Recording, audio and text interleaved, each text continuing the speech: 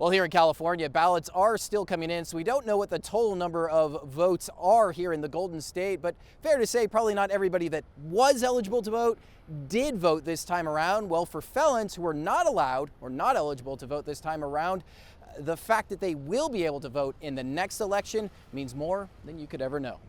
I did 30 years, and I was released 2 years ago. In 1989, when John Wyndham was just a teenager, he went to prison for aiding and abetting a homicide suspect. I mean, I made a bad choice back when I was 19 years of age, and to be still held to that at 49 years of age,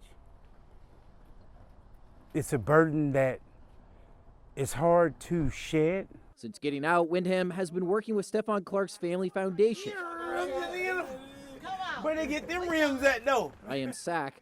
Just before this election, he was on the streets trying to get out the vote, even though he himself couldn't. I mean, it hurt my soul to be able to sit here and talk to somebody about trying to get them to do something that I would literally feel like I would die to do. With the passage of Prop 17, Wyndham will be able to vote for the first time in his life, a right he tells us he does not take for granted. It made me feel socially accepted. And that's all we ever want coming home, is to be accepted back into our community. These people are out there, they're working, they're paying their taxes.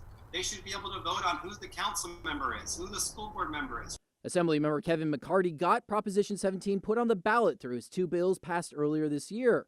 He says Prop 17 will restore voting rights for 50,000 Californians, and it had bipartisan support, mostly because it makes communities safer. Because you want people on parole to be part of society. We don't want them as second-class citizens where they're marginalized. You become more socially connected. And if I'm socially connected, that means I care about my community because I have a vested interest, right? I feel a part of that. Meanwhile, Wyndham knows not everyone in his community is voting, but he hopes in time to change that. So I learned the power of the vote.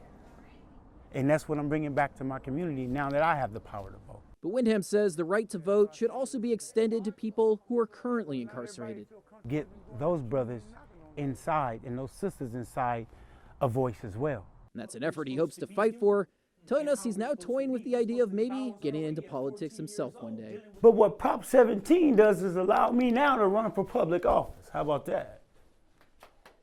You gonna run? I have to.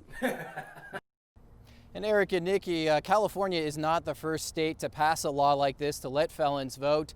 In both red and blue states, they have passed this in places like Utah, Colorado, Florida, and Nevada. Reporting live at the state capitol tonight, Doug Johnson, Fox 40 News.